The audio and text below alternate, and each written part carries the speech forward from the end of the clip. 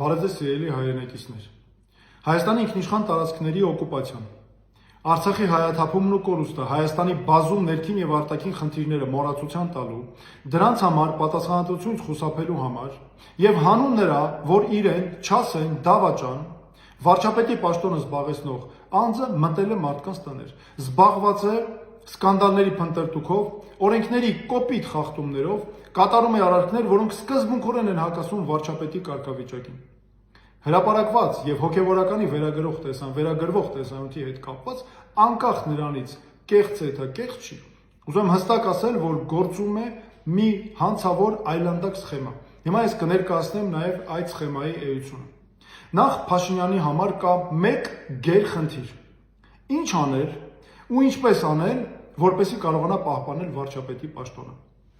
Իսկ այդ խնդիրը լուծելու համար,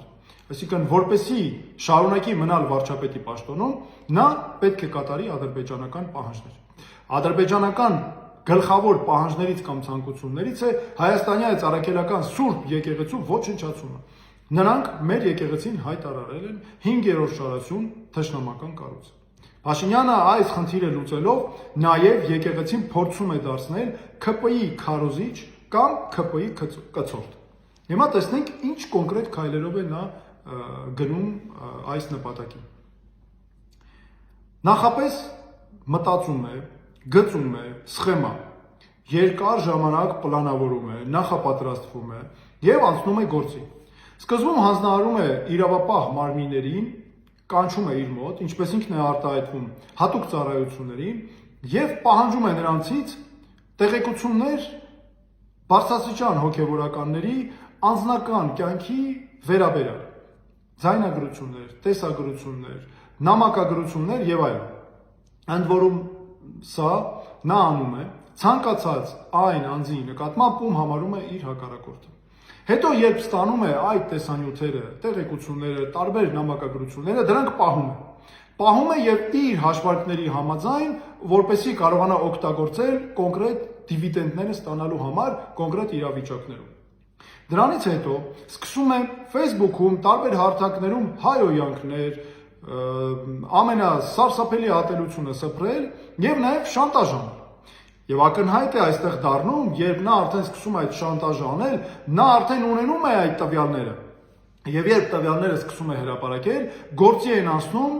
քարոզիչները, կոնկրետ ՔՊ-ի քիլլեր քարոզիչները։ Հիմա տեսեք ինչ է կատարվում։ Այսօր այդ տեսանյութերը հրապարակելուց հետո ամենաայլանդակ, սարսափելի քարոզն է գնում, թե իբր դա արել է ամենայն հայոց կաթողիկոսը։ Ինչ է ստացվում։ Ինքը Փաշինյանը կոնկրետ փաստ է, որ արել է հրապարակումներ այս կոնկրետ տեսանյութերի հետ կապված, ինչպես որ այսօր նրանք քարոզը տանում են։ Ակնհայտ է, որ նա նաև անոնսել է դրանց մասին։ Ակնհայտ է, որ նա հայտարարել է նաև տարբեր հանդիպումներում, որ հանձնարարել է իրավապահ մարմիններին հավաքել այդ տվյալները։ Պարզ է, որ սա իշխանության կազմակերպմամբ է, առավել ևս, որ այս մասին, այս քարոզողները անում են իշխանության ՔՊ-ի մաս կազմող, ՔՊ-ին պատկանող